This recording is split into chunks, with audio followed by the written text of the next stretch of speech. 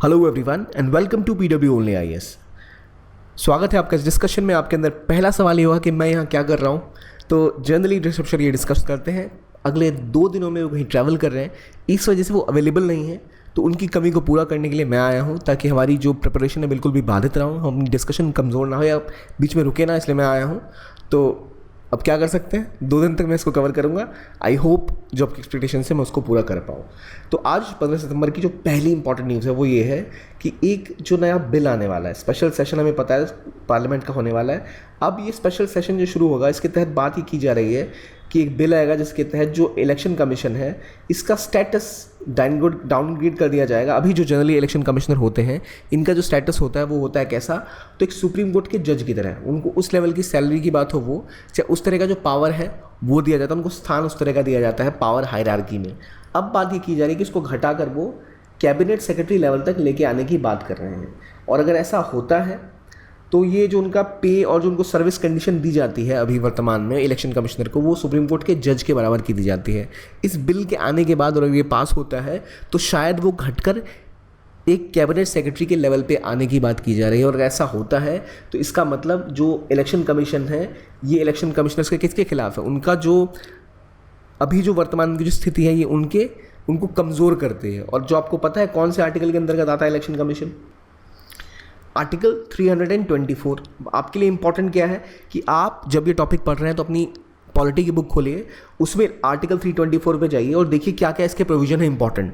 तो आर्टिकल 324 के अंदर एक इंपॉर्टेंट प्रोविज़न है कि जो हमारे इलेक्शन कमिश्नर्स हैं इनको इंडिपेंडेंट रहना है, तो कोई भी गवर्नमेंट इनके जो पावर्स हैं उसको कम नहीं करेगी। दे हैव टू बी, उनके जो टर्म है उसमें उसे घटाया नहीं जा सकता। उनका टर्म खत्म हो जाए, अगले इलेक्शन कमीशन आने से पहले ही कोई बदलाव हो पाएगा। वो इसलिए किया जाता था कि किसी भी इलेक्शन कमीशन के रनिंग टर्म में उसकी डिसएडवांटेज में कोई रूल ना बना दिया जाए। इससे क्यों ऐसा किया जाता है, इसलिए किया जाता है ताकि जो इलेक्शन कमिश्नर है उसकी जो इंडिपेंडेंस है वो बची रहे, उनके ऊपर कोई दबाव ना बने। नहीं तो ऐसा होगा कि भाई ऐसा दबाव है इलेक्शन कमिश्नर पे कि भाई इस स्टेट में इलेक्शन हो रहे हैं, ऐसा होता नहीं है पर मैं कह रहा हूँ, मान लीजिए कहीं इलेक्शन कमिश्नर है और उन्हें कहा जाए कि अगर आप यहाँ हमारे पक्ष में इलेक्शन नहीं करवाते तो हम आपकी पावर घटा देंगे, आपकी सैलरी घटा देंगे। तो इस चीज़ से बचने के लिए ये प्रोविज़न लाया गया है, वो तो अलग बात है। लेकिन यहाँ इस बिल को आने के बाद जो ऑब्वियसली उस प्रोविज़न का उल्लंघन तो नहीं करेगा, लेकिन इससे election commission as an office की जो अभी स्थान है उसमें गिरावट होती है, जो नुकसानदायक हो सकता है संविधान के लिए। एक बार जब बिल पास हो या फिर डिस्कशन हो इसके बारे में तो हम और डिटेल में बात करेंगे। और ये एक इंपॉर्टेंट चीज़ है कि आप जैसे ही टॉपिक आए अपना आर्टिकल 324 अच्छे से रिवाइज कर लीजिए। इलेक्शन कमीशन की पावर्स, फंक्शंस, इंडिपेंडेंस ये आपको पता होना चाहिए, ठीक है। अब मैं डिटेल में नहीं जा रहा क्योंकि मैं चाहूँगा कि आप इसको खुद से ज़रूर एक बार पढ़ें, it's an important topic.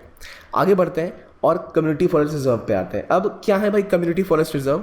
Community forest reserve असल में वो एरियाज़ हैं या जिसे हम कम्युनिटी फॉरेस्ट रिसोर्ट्स कहते हैं कि जिन पर एक पर्टिकुलर कम्युनिटी वहाँ पर रहती है, कोई ट्राइबल ग्रुप हो तो वो अपना जीवन यापन उस जंगल के संसाधनों यानी रिसोर्सेज से करती है।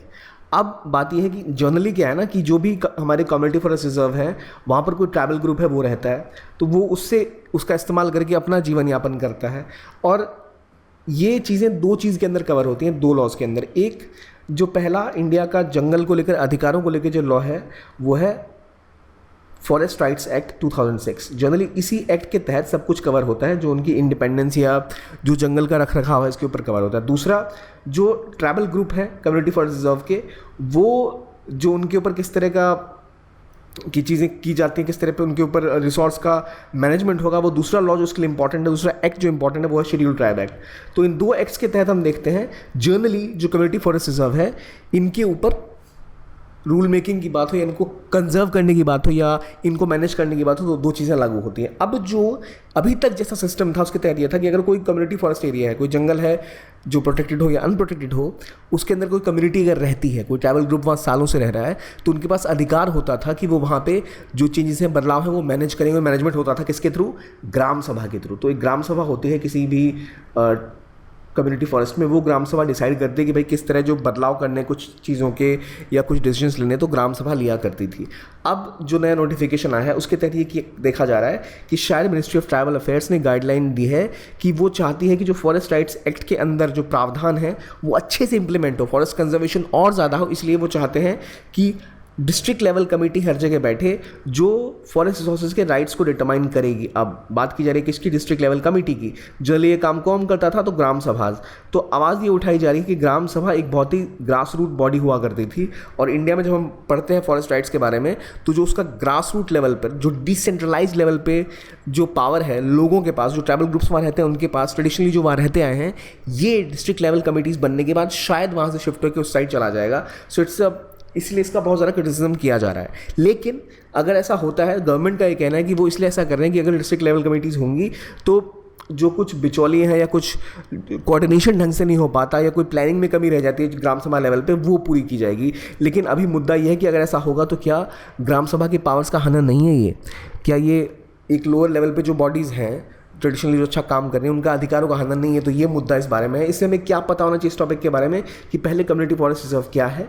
तो ये कॉमन फॉरेस्ट का मतलब हो गया कोई भी इलाका, चाहे वो प्रोटेक्टेड हो या जैसे रिजर्व फॉरेस्ट हो गए या प्रोटेक्टेड फॉरेस्ट हो गए, ये वो इलाके जो इसके अंदर आते हैं। जो भी ज़मीनें इसके अंदर आएंगी तो कहीं थोड़ी सी कल्टी खेती हो गई या कुछ उसका फर्स्ट का उत्पादन हो गया, उसमें जो कुछ एक दो चीज़ें हो गई जिसको बेच के अपना जीवन यापन कोई कर सके, वो सभी चीज़ें कम्युनिटी फॉरेस्ट रिसोर्स के राइट्स के अंतर्गत आती हैं। तो ये कवर होते हैं किसके अंदर, शेड्यूल्ड ट्राइब और other traditional forest dwellers act के तहत।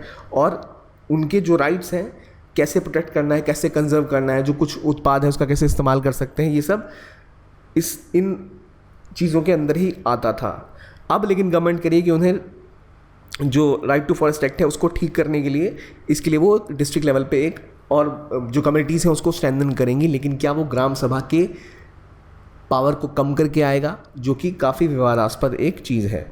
दूसरी चीज़ जो हमें पता लगती है वो है कि अब जो अभी तक फॉरेस्ट यूज़ है वो खुद से वहाँ के लोग कर पाते थे, ट्राइबल ग्रुप्स अपनी ग्राम सभा के अंतर्गत। अब जो है वो हालांकि बदलाव की बात आ रही है। तो सिर्फ जो कम्युनिटी फॉरेस्ट राइट्स हैं इसके अंदर क्या केवल जो जंगल के टिम्बर हैं उसके बारे में बात होती है, नॉन टिम्बर राइट्स भी आते हैं।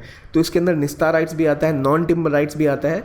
क्योंकि मान लो वहाँ जो लोग रह रहे हैं वो अगर कुछ प्रोडक्ट भी बेचना चाहें, कोई चीज़ जो जंगलों से आती है, जैसे पत्ते हो गए या फिर कुछ गम्स हो गए जो पेड़ों से निकलते हैं, ये सब चीज़ें इसके अंदर आती थी। ये जनरली ग्राम सभा के अंतर्गत आती थी ताकि वो अपनी लोकल प्रैक्टिसेस का भी इस्तेमाल कर सके जंगल को कंजर्व करने के लिए। याद रखिए, अगर कोई जंगल छत्तीसगढ़ में है, कोई जंगल नागालैंड में है, दोनों को कंजर्व करने की अलग अलग ट्रेडिशनल पद्धति रही हैं क्योंकि उनका ज्योग्राफी अलग अलग है, तो उस हिसाब से उनको प्रोटेक्ट करना पड़ता था। तो ये पूरी कहानी है कम्युनिटी फॉरेस्ट रिजर्व की। अब एक क्वेश्चन से इसको रिवाइज करने की कोशिश करते हैं कि under the scheduled tribe and other traditional forest developers act 2006 who shall be the authority to initiate the process for determining the nature and extent of individual or community forest right or both? यानी किसके पास authority होगी individual या community forest right के processes को determine करने की, किस तरह वो चीज़ें होंगी? State first authority, district collector, tehsildar, BDO या फिर ग्राम सभा? अब जनरली अगर ये क्वेश्चन आएगा तो आप क्या इस पर टिक करोगे? लोगों को लगेगा कि नहीं स्टेट फॉरेस्ट डिपार्टमेंट होना चाहिए या फिर डिस्ट्रिक्ट कलेक्टर होना चाहिए, तो नहीं, the correct answer is gram सभा। और यही अब अगर जो गाइडलाइंस आते हैं, अगर और ऐसा कोई प्रोविज़न लाते हैं जहाँ ये बदल जाता है, तो फिर यहाँ से उठ के ये मे बी बीडीओ या डिस्ट्रिक्ट कलेक्टर के पास पहुँचने की बात हो सकती है, जिससे कहा जाता है कि शायद लोगों की पावर कम हो जाए। तो ये था ये टॉपिक। अगला टॉपिक बात करता है गवर्नमेंट ऑफ इंडिया के बारे में और WOAH के बारे में, world organisation for animal health, WHO के साथ कंफ्यूज नहीं होना है, ये एनिमल हेल्थ के लिए ऑर्गेनाइजेशन है। ये और गवर्नमेंट ऑफ इंडिया दोनों मिलके एक वर्कशॉप कर रहे हैं to strengthen one health approach for pandemic preparedness. अब WOAH क्यों इंपॉर्टेंट है? क्योंकि हमें पता है कि जूनोटिक डिजीज़ बहुत बीच में बढ़ गई। फेमस जूनोटिक डिजीज़ कौन सी थी जो हाल में आई थी? कोविड, यानी वो डिजीज़ जो जानवरों से फैलती है उसे कहते हैं जूनोटिक डिजीज़। कोविड को हमने देखा था, बैट से शुरू हुआ, इंसानों तक फैल गया, उन्हें कहते हैं जूनोटिक डिजीज़। तो इसीलिए बड़ा इंपॉर्टेंट है कि जो पैंडेमिक या जो प्रॉब्लम जानवरों को हो रही है बीमारी, वहाँ से ट्रैवल करके इंसानों तक ना पहुँच जाए। इसलिए बहुत इंपॉर्टेंट है कि आप उसको एनिमल लेवल पर ही रोक दो। तो इसीलिए गवर्नमेंट ऑफ इंडिया और WHO मिलकर ऑर्गेनाइज कर रहे थे एक वर्कशॉप कि कैसे वन हेल्थ अप्रोच रखी जाए पैंडेमिक प्रिपेयर्डनेस के बारे में, कि वाइल्ड लाइफ की ऑरिजिन, वाइल्ड लाइफ से जो भी डिजीज़ हो सकती है उसका एनालिसिस आप पहले से करो। जो डिजीज़ का स्पिल ओवर सिनेरियो है, मतलब वो डिजीज़ अगर एक किसी जानवर को है, उससे अगर वो ज़्यादा फैले और फिर वहाँ से इंसानों तक पहुँचने की, या जैसे बर्ड फ्लू की बात कर ले तो इतने उसमें जो चिकन से उनकी डेथ हुई थी तो जो लोग उन्हें खाते थे उनको भी नुकसान हुआ। स्वाइन फ्लू की बात कर लें तो इस तरह की चीज़ें जो है इनका आप पहले से प्रिपेयर्डनेस देखते हो किसी इलाके में किसके फैलने के चांसेस है, कैसे इसे कंट्रोल किया जाए, क्या गैप है, क्या रिस्क है, इन सब का असेसमेंट करना ये किया गया इसके अंतर्गत। तो ये चीज़ है, किसके साथ किया था इंडिया गवर्नमेंट ने? WOAH के साथ। अब WOAH क्या है? ये है world organisation for animal health, 1924 में शुरू किया गया। और एनिमल डिजीज़ कंट्रोल की बात करते हैं, इनका हेडक्वार्टर्स कहाँ है? पेरिस में। तो ये एक इंपॉर्टेंट चीज़ है जो हमें पता होनी चाहिए। व्हाट इज़ जूनोटिक डिजीज़, जो एनिमल और से फिर आपके इंसानों में पहुँचे। कोविड की बात कर ले, और कई ऐसी बीमारियां होती हैं जो जूनोटिक ही होती हैं। इसको फैलने से रोकने के लिए इसकी प्रिपेयर्डनेस बहुत ज़्यादा ज़रूरी है। ठीक है, अगला आर्टिकल बात करता है एक्सपेंशन ऑफ प्रधानमंत्री उज्ज्वला योजना की। प्रधानमंत्री उज्ज्वला योजना क्या योजना थी?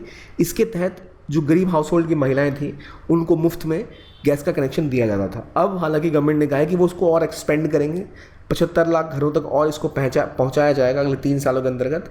तो ये महिलाओं को, जो एक गरीब परिवार की महिलाएं थी, उनको मुफ्त में एक कनेक्शन दिया जाता था स्टोव का, और पहला सिलेंडर भी मुफ्त में दिया जाता था। ये बात की गई है किसके अंदर? तो प्रधानमंत्री उज्ज्वला योजना। अब बात आई धोलेरा की। धोलेरा स्पेशल इन्वेस्टमेंट रीजन, ये क्यों इंपॉर्टेंट है, इसकी क्या रेलिवेंट है? इन्होंने अपना नया प्लग एंड प्ले इंफ्रास्ट्रक्चर शुरू करने की बात कर दी है। तो धोलेरा एक शहर है जो अहमदाबाद के पास है, और धोलेरा एक ऐतिहासिक एंशियंट पोर्ट सिटी है।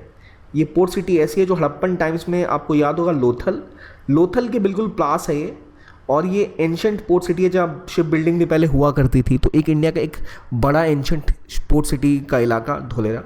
यहाँ पर एक नई स्मार्ट सिटी डेवलप की जा रही है, क्योंकि ये जो धोलेरा है ये बिल्कुल दिल्ली मुंबई इंडस्ट्रियल कॉरिडोर के ऊपर आता है, और यहाँ पर एक स्पेशल इन्वेस्टमेंट रीजन डिक्लेयर करके, SIR यानी स्पेशल इन्वेस्टमेंट रीजन डिक्लेयर करके यहाँ पर एक स्मार्ट सिटी प्रोजेक्ट किया जा रहा है।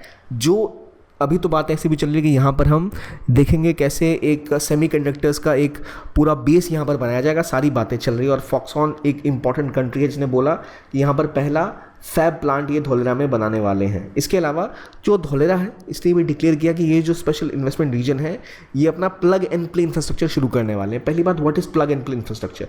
कभी आपने लैपटॉप यूज़ किया या कंप्यूटर, तो आप देखेंगे प्लग एंड प्ले लिखा हुआ आता है कि आपने कोई भी जो USB है वो कंप्यूटर में जोड़ा और आपका कीबोर्ड काम करने लग गया। कोई सॉफ्टवेयर इंस्टॉल नहीं करना पड़ता, आपको पेन ड्राइव लगाना है, आप सीधा लाओ, प्लग करो और अपनी फाइल इंपोर्ट एक्सपोर्ट करो। आपको उसको, पेन ड्राइव को, कीबोर्ड को, माउस को लगाने के बाद कोई सॉफ्टवेयर इंस्टॉल नहीं करना पड़ता। पहले क्या होता था, आपको कोई भी चीज़ अगर आप आउटसाइड से कंप्यूटर को में जोड़ोगे तो आपको सॉफ्टवेयर इंस्टॉल करना पड़ता था। लेकिन जब आप सीधा कोई चीज़ इंसर्ट करो और सीधा वो काम करना स्टार्ट कर दो, उसे कहते हैं प्लग एंड प्ले, मतलब अटैच करो और काम शुरू करो। तो ये एक ऐसा शहर, ऐसा स्मार्ट सिटी बनाई गई जिसके अंदर सारी इंफ्रास्ट्रक्चर, सारी अपॉर्चुनिटीज़ तैयार है। मान लो आपको कल को कोई फैक्ट्री लगानी है, तो आप चाहोगे जहाँ फैक्ट्री लगाने जाओ वहाँ पर इलेक्ट्रिसिटी, सैनिटेशन, जो बेसिक इन्वेस्टमेंट की प्रोविजंस हैं वो सब रहें। तो आप पहले जाओगे, फिर वहाँ पर इंफ्रास्ट्रक्चर बिल्ड करोगे कि भाई हाँ, एक फैक्ट्री लगाने के लिए यहाँ सीवेज की सुविधा है या नहीं, क्या यहाँ मुझे जो कनेक्शन चाहिए वो मिलेंगे या नहीं। तो वो सब नहीं, एक ऐसा स्मार्ट सिटी प्रोजेक्ट है जिसके तहत ये सब पहले से तैयार बैठा है। आप आओ, फैक्ट्री लगाओ, बाकी सारी सुविधाएं पहले से पड़ी हैं। आप बोलो मुझे यहाँ फैक्ट्री लगानी है, आप आओ, काम स्टार्ट करो, बाकी सुविधाएं सारी स्मार्ट सिटी के अंदर ऑलरेडी प्रिपेयर्ड हैं। तो ये है आपका प्लग एंड प्ले इंफ्रास्ट्रक्चर, यानी आपने इंफ्रास्ट्रक्चर इस तरह से बना के रखा है कि कोई अगर सेमीकंडक्टर इंडस्ट्री है, अगर वो कहीं आना चाहे तो उसको चाहिए कंटिन्यूस इलेक्ट्रिसिटी सप्लाई। 1 सेकंड की भी अगर इलेक्ट्रिसिटी कटती है तो अरबों का नुकसान। तो वो चाहेंगे ऐसी जगह जहाँ सब सुविधाएं पहले से हों। तो ये चीज़ें स्टार्ट हो रही हैं हमारे स्पेशल इन्वेस्टमेंट रीजन धोलेरा के अंतर्गत, जो बिल्कुल लोथल के पास है। खुद एक बहुत बड़ा एंशियंट एक पोर्ट सिटी है वहाँ धोलेरा। कहाँ पर? तो गुजरात में, अहमदाबाद के पास, दिल्ली मुंबई इकोनॉमिक कॉरिडोर के पास है, इंफ्रास्ट्रक्चर कॉरिडोर के पास है। तो इसलिए बड़ा इंपॉर्टेंट, ये रेलेवेंट है इंडिया के लिए, और इसको सिंगापुर की तरह देखा जाता है, उस तरह इसको डेवलप किया जा रहा है। तो कंप्लीटली जो यहाँ पर जो आपका इंटरनेट है, जो आपकी कम्युनिकेशन टेक्नोलॉजी है, उससे इसको जोड़ा जाएगा, ताकि कोई भी गलती, कोई प्रॉब्लम कहीं आए तो आप एक बार कॉल करो, आपके पास पूरी इमरजेंसी फोर्स जो आ जाए। वहाँ पर कोई जो 100% आप ट्रीटमेंट करेंगे वेस्ट वाटर की, ताकि इंडस्ट्रियल यूज़ भी कर पाओ। तो चीज़ों को कितना बेहतर से बेहतर एफिशिएंटली यूज़ किया जाए, ये सब किया जाएगा इस स्मार्ट सिटी में, जिसका नाम है धोलेरा। और यहाँ पर एक स्पेशल इन्वेस्टमेंट रीजन इसलिए इसे डिक्लेयर किया गया है ताकि और ज़्यादा बेहतर तरीके से यहाँ पे निवेश हो पाए और ज़्यादा डेवलपमेंट हो पाए। तो अगला सवाल आपसे पूछा जा सकता है कि प्लग एंड प्ले इंफ्रास्ट्रक्चर क्या है, कौन सा शहर है जिसको ऐसा डेवलप किया जा रहा है। तो हम बात करें धोलेरा की। धोलेरा एक एंशिएंट पोर्ट सिटी है बिल्कुल, और लोथल के बिल्कुल पास है। लोथल एक इंपॉर्टेंट हड़प्पन साइट भी है। धोलेरा नाम का एक हरियाणा में गाँव भी है, इससे कन्फ्यूज़ नहीं होना। ये धोलेरा जो है ये गुजरात की हम बात कर रहे हैं। अगला टॉपिक बात करता है वो है special session on debate on election commissions. तो वही बात है जो हमने पहले भी डिस्कस की, इलेक्शन कमिश्नर्स को लेकर और इलेक्शन कमीशंस को लेकर नया स्पेशल बिल आने वाला है कि एक सर्च कमेटी बनेगी जिसमें कैबिनेट सेक्रेटरी होंगे, जो ये बताएंगे किस तरह से वो 5 नाम हैं जिन्हें शॉर्टलिस्ट किया जाए एज चीफ इलेक्शन कमिश्नर्स या फिर आपके जो इलेक्शन कमिश्नर है उसके तहत। तो एक तो भाई हमें पता है कि इनकी शायद जो पावर है वो घट सकती है अगले आने वाले बिल में, स्पेशल सेशन में। और इसके अलावा ये भी बात की जा रही है कि अब बात की जा रही है इस स्पेशल सेशन में कि संविधान के तहत ये पावर गवर्नमेंट को दिया गया है कि वो एक स्पेशल सेशन बुला सके। लेकिन इस स्पेशल सेशन में कई सारे बिल्स हैं इंपॉर्टेंट जो आने वाले हैं, जिसमें इस बिल पर हमें नज़र बनाए रखनी है। एक तो पहली बात ये कि ये क्या करने वाले हैं, ये इसके तहत एक सर्च कमेटी बनाएंगे कैबिनेट सेक्रेटरी के अंतर्गत और 2 अदर सेक्रेटरीज को मिला के, ताकि 5 नाम जो अपॉइंटमेंट के लिए डालने हैं चीफ इलेक्शन कमिश्नर अगले या फिर इलेक्शन कमीशन के लिए, उनके लिए। प्लस ये भी बात की जा रही है क्या इनका जो प्रिविलेज है कम किया जाएगा। ठीक है, तो अब ज़रूर नज़र रखिए स्पेशल सेशन में। अब सवाल ये है कि भाई स्पेशल सेशन कब और क्यों आता है। तो ये अधिकार मिलता है, संविधान देता है सरकार को कि वो स्पेशल सेशन बुला सकते हैं पार्लियामेंट का। और ये डिसीजन किसके द्वारा लिया जाता है, तो cabinet committee on parliamentary affairs के द्वारा ये डिसीजन लिया जाता है, जिसके अंदर जो राष्ट्रपति हैं सबको कहते हैं, सारे एमपीज़ को, कि आप आइए एक स्पेशल सेशन है। लेकिन इसको संविधान के अंतर्गत स्पेशल सेशन का नाम नहीं दिया गया है। तो याद रखिए संविधान के अंदर स्पेशल सेशन ऐसा कुछ नाम नहीं है, लेकिन एक पावर है गवर्नमेंट के पास कि वो चाहे तो किसी विशेष कारण के लिए बुला सकती है। तो ये प्रोविजन है आर्टिकल 85 सबसेक्शन 1 के तहत, जिसके तहत सभी सेशंस हेल्ड होते हैं कि भाई आप चाहो तो एक सत्र बुला सकते हो। इसको ऐसे विशेष सत्र का दर्जा नहीं, स्पेशल सेशन नाम से नहीं कहा गया, पर ये प्रावधान संविधान मिलता है सरकार को, जो अभी गवर्नमेंट इसके लिए एक स्पेशल सेशन बुलाने वाली है। ये आर्टिकल बात करता है टीबी के एलिमिनेशन के बारे में। इंडियन गवर्नमेंट अपने टीबी एलिमिनेशन स्ट्रैटेजी के ऊपर काम कर रही है। टीबी यानी ट्यूबरकुलोसिस से क्षय रोग कहते हैं हिंदी में। भारत में बहुत ज़्यादा लोगों में इसकी मौत होती है और भारत एक प्रोमिनेंट हॉटस्पॉट है टीबी का। तो लगातार कहा जा रहा है कि ग्लोबल फाइट ट्यूबरकुलोसिस के खिलाफ जीतनी है तो पहले उसको इंडिया में जीतना पड़ेगा। तो पहली बार देखा गया है, जो लैंसेट की रिपोर्ट है उसके तहत, कि पहली बार इंक्रीज़ देखे गए पिछले 20 सालों में टीबी के डेथ्स में। तो प्राइम मिनिस्टर नरेंद्र मोदी ने भी कहा है, वन वर्ल्ड टीबी समिट 2023 में उन्होंने ऐसा कहा कि अब हमें 2025 के टारगेट को मीट करने के लिए हमने कई इनिशिएटिव्स लॉन्च किए हैं। क्या क्या इनिशिएटिव लॉन्च किए हैं कि भाई हम 2025 तक एलिमिनेट कर देंगे। वर्ल्ड टारगेट है 2030 तक टीबी एलिमिनेट करने का, हमने कहा हम 2025 तक कर देंगे। और इसके लिए पहले ही गवर्नमेंट ने स्ट्रैटेजिक प्लान्स बनाए हुए थे 2017 से लेकर 2025 के बीच में। और अभी तक 44 नए टीबी केसेस, 65 टोटल केसेस आए पर लाख पॉपुलेशन। ये टारगेट किया गया था एक ऑनलाइन नी क्षय पोर्टल, यानी कहा क्षय रोग कहते हैं इसको, तो नी क्षय पोर्टल लॉन्च किया गया ताकि टीबी केसेस कहाँ किस राज्य में कितने से मैनेज किया जा सके और बेहतर जो जिन लोगों को टीबी हो भी जाता है उनके लिए बेहतर डायग्नोस्टिक सुविधाएं दी जा सके। एक यूनिवर्सल ड्रग्स सक्सेसिबिलिटी टेस्ट किया जा सके। होता यह है कि जो टीबी होता है किसी किसी को हो जाता है तो उसके बाद वो जो दवाई दी जाती है उससे वो रेसिस्टेंट हो जाते हैं, उनके जो बॉडी होती है वो रेसिस्ट करने लगती है और उस चीज़ से उनका इलाज नहीं हो पाता। तो इसलिए वो भी ध्यान रखना पड़ेगा और ये भी देखना पड़ेगा कि बॉडी को कैसे इस प्रॉब्लम्स को सॉल्व किया जा सके। कम्युनिटी एंगेजमेंट प्रोग्राम की बात की गई है ताकि लोग अवेयर हो पाएँ, उनको पता रहे दवाइयाँ कहाँ मिलती हैं। टीवी में आपने बहुत से कैंपेन्स भी देखे होंगे, डॉट्स प्रोग्राम, पक्के इलाज का पक्का वादा। ये टीबी कंट्रोल करने की एक अहम स्ट्रैटेजी है। डॉट्स ये दिया जाती है दवाइयाँ लगातार लोगों को ताकि वो टीबी से निकल पाए। लेकिन कुछ लोगों को ऐसी टीबी हो जाती है जो उन पर दवाइयाँ काम नहीं करती, तो उनके लिए एडवांस ट्रीटमेंट करनी पड़ती है। तो ये जब तक इसके ऊपर बेहतर तरीके से कम्युनिटी लेवल पर और गवर्नमेंट पॉलिसी लेवल पर भी काम नहीं होगा तब तक इसका उन्मूलन नहीं किया जा सकता। तो इसी सब पे कोशिश है कि किस तरह जो नी अक्षय मित्र है वो बनाया जाए ताकि जो टीबी पेशेंट को लगातार न्यूट्रिशन और दवाई का सपोर्ट दिया जा सके। और बेडाक्विलिन और डेलामिनिड 2 ऐसी नई दवाइयाँ हैं जो टीबी पेशेंट्स को फ्री में दी जाती हैं। और पहले जो कैनामाइसिन दिया जाता था काफ़ी कंट्रोवर्शियल था क्योंकि इंजेक्ट किया जाता था बॉडी में। तो अगर मैं आपसे पूछूं बेडाक्विलिन या फिर डेलामिनिड किस चीज़ की दवाई है तो आपको पता होना चाहिए कि ये काम आती है किसमें, तो टीबी को कंट्रोल करने के लिए। अंदर अभी एक नई जो वैक्सीन है इम्यूवैक, इसके ऊपर भी काम चल रहा है जो शायद टीबी को प्रिवेंट करने में मदद कर पाए। पहले इम्यूवैक का काम होता था कि लेप्रोस्की को रोकने में काम आएगा, लेकिन अब ये शायद टीबी को प्रिवेंट कर पाए, इसके ऊपर भी काम चल रहा है। और एक और VPM 1002 जो एक नई तरीके की BCG वैक्सीन है, इसको भी डेवलप किया जा रहा है ताकि जो टीबी के खिलाफ बॉडी में रेसिस्टेंट है वो रेसिस्टेंस ग्रो किया जा सके। तो यहाँ हमें ये पता लगता है कि पहली बात बेडाक्विलिन क्या है,